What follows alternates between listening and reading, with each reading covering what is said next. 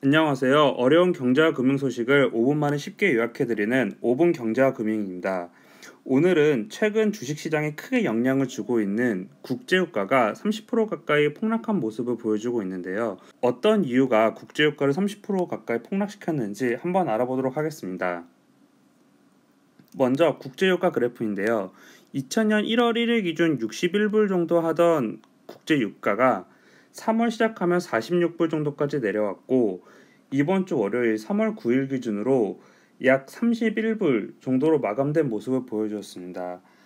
연초 대비 거의 반토막, 그리고 3월 시작 대비 약 15% 가까이 하락을 하면서 어떤 이유가 이렇게 유가를 하락시켰는지 정리해보면 간단하게 세 가지로 나타낼 수 있는데요. 첫 번째는 코로나19 바이러스가 확산되면서 원유 수요가 둔화되었습니다. 세계에서 원유를 가장 많이 소비하는 국가에서 두 번째가 중국입니다. 중국에서 발생한 코로나로 중국의 생산량 자체가 많이 줄어들고 있습니다. 이게 원유에 대한 수요를 감소시켰고요. 이에 따라서 국제유가가 하락하는 원인이 되었습니다.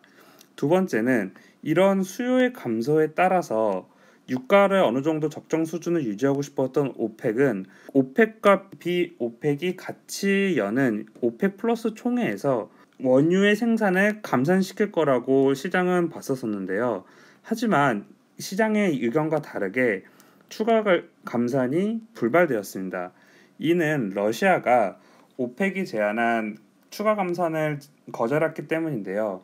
그로 인해 가지고 사우디는 석유 제품의 수출 가격을 약 10불 정도 낮춰서 공급하기로 했고, 오펙 플러스의 감산이 끝나는 4월부터 일 최대 1200만 배럴까지 생산을 늘릴 것이라고 발표하면서 공급 역시 크게 증가할 것으로 예측이 되며 국제유가 급락의 원인이 되었습니다. 이에 대해서 천천히 알아보겠습니다. 먼저 국제유가의 급락 원인입니다. 아까 말씀드린 것처럼 코로나19 바이러스로 인해 가지고 원유 수요가 둔화되고 있습니다. 그로 인해서 수요가 감소함에 따라서 원유 가격이 하락하게 되었고요. 두 번째는 이거 역시 아까 말씀드린 것처럼 오펙 플러스 총회에서 추가 감산이 불발되었습니다. 시장 컨센서스는 협상이 타결되어서 현행 감산된 게 연장이 되고 또 추가로 감산이 될 것이라고 예측을 했었는데, 이와 반대로 아예 현행 감산 연장조차도 안 될 것이라고 봐지면서 국제유가가 급락하게 되었습니다.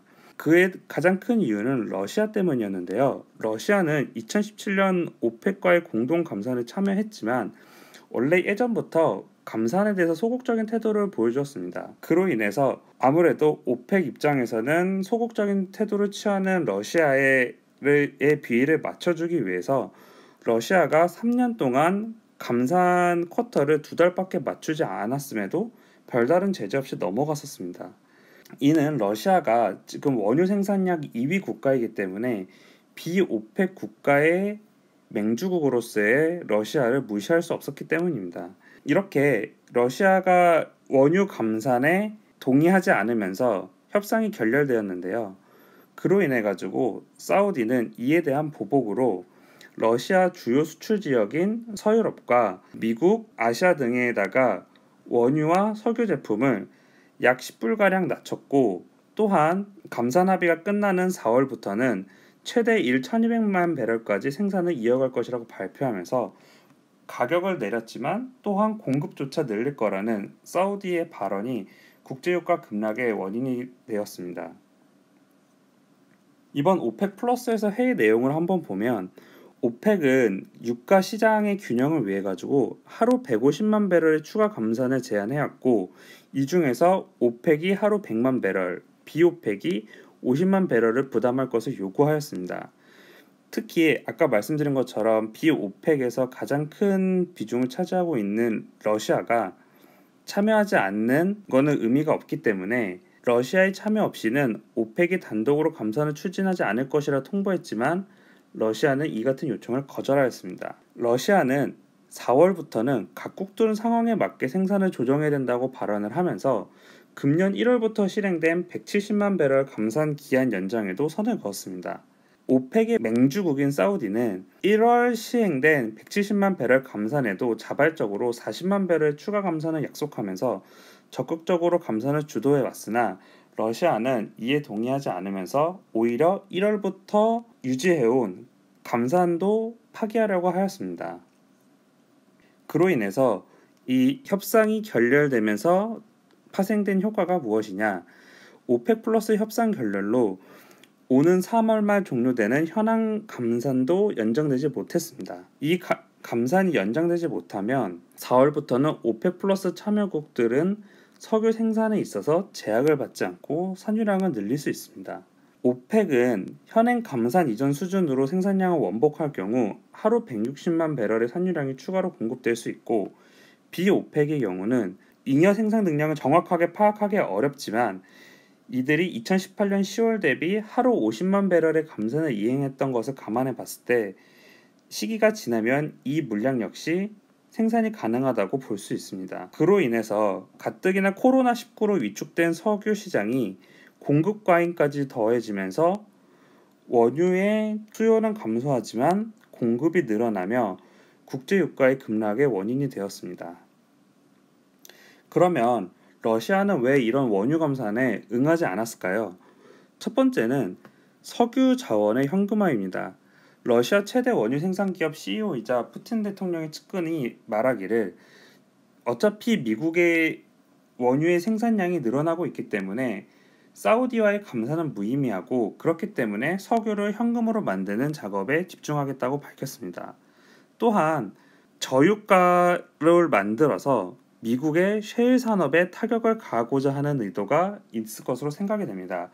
미국 셰일 산업 같은 경우는 45불 정도가 그 손익분기점이라고 보고 있는데요. 이렇게 유가가 30불까지 떨어지면 미국 셰일 산업에 타격이 갈 수밖에 없습니다.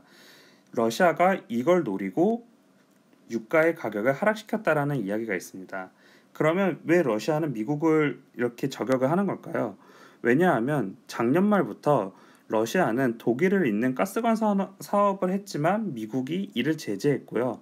또한 러시아의 최대 원유 생산 업체이자 자회사인 로즈넷 트레이딩이라는 회사 자체도 미국에서 제재를 가하면서 미국 내에 있는 자산이 모두 동결되고, 그로 인해 가지고 러시아의 원유 생산 업체의 자회사인 이 회사가 아무래도 미국의 제재를 받으면서 크게 타격을 받았습니다. 그로 인해 이에 대한 보복 차원에서 의도적으로 저유가를 유발한 게 아니냐라는 시각이 존재하고 있습니다. 그리고 미국 같은 경우는 원유 생산량이 하루 1310만 배럴로 역사상 최고치를 재차 경신했지만 아무래도 점점 늘어나는 증산 속도 자체는 둔화되고 있습니다. 하지만 유가 수준이 점점 낮게 지속되면 이런 미국의 증산 속도는 더욱더 둔화될 것이며 미국의 원유 생산에 대한 기술 발전에 저해를 할 것이라는 러시아의 판단이 들어가 있다고 보시면 됩니다. 그리고 두 번째는 사우디와 러시아의 치킨 게임입니다. 아까 말씀드렸다시피 러시아가 원유 감산에 동의하지 않으면서 사우디아라비아는 회의가 종료되고 4월 OSP (Official Selling Price라) 해가지고 공식 가격을 전반적으로 대폭 인하하였습니다. 이렇게 가격 인하를 통한 가격 경쟁을 통해서 주요 소비국인 아시아와 유럽 시장을 공략하겠다는 것인데요. 특히 유럽향 OSP를 큰 폭으로 인하함으로써 러시아의 원유 수출에 타격을 주어서 러시아가 다시 이 협상 테이블에 오게 하려는 전략으로 보입니다. 그러나 IMF에 따르면 사우디아라비아 같은 경우 재정 균형 유가, 재정이 마이너스가 나지 않는 수준을 유지할 수 있는 균형 유가라고 보시면 되는데요. 사우디아라비아는 배럴당 80달러를 상회하는 반면 러시아 같은 경우는 40달러 초반대로 아무래도 유가에 대한 의존도가 러시아가 사우디아라비아에서 훨씬 낮습니다. 그리고 오펙들의 평균은 재정균형 유가가 85불, 그리고 특히 세입의 의존도가 유가의 80에서 90%에 달할 정도로 유가에 대한 의존도가 매우 큽니다. 반대로 러시아 같은 경우는 아까 말씀드린 것처럼 재정균형 유가가 40불에 세입 의존도가 20% 수준으로 아무래도 오펙 국가들에 비해서 버틸 수 있는 여력이 훨씬 큽니다.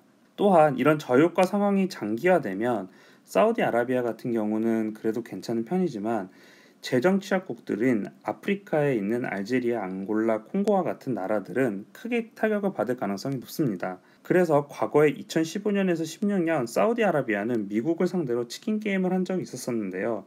결국 패했습니다. 그래서 결국 이번 러시아와의 치킨 게임도 사우디가 패배하지 않을까 생각하고 있습니다. 네, 마지막으로 원유 생산량 기준으로 나라를 정리해봤는데요. 보시는 것처럼 미국이 제일 많고 그 다음에 러시아, 그 다음에 사우디아라비아입니다. 요거는 한번 참고차 넣어놨으니까 뭐 원유 생산량이 어느 나라가 많이 하는지 참고하시면 좋을 것 같습니다. 네, 여기까지 국제유가가 30% 하락한 이유에 대해서 한번 짚어봤고요. 이 내용이 도움이 되셨다면 구독이랑 좋아요, 알림 설정 부탁드리겠습니다. 감사합니다.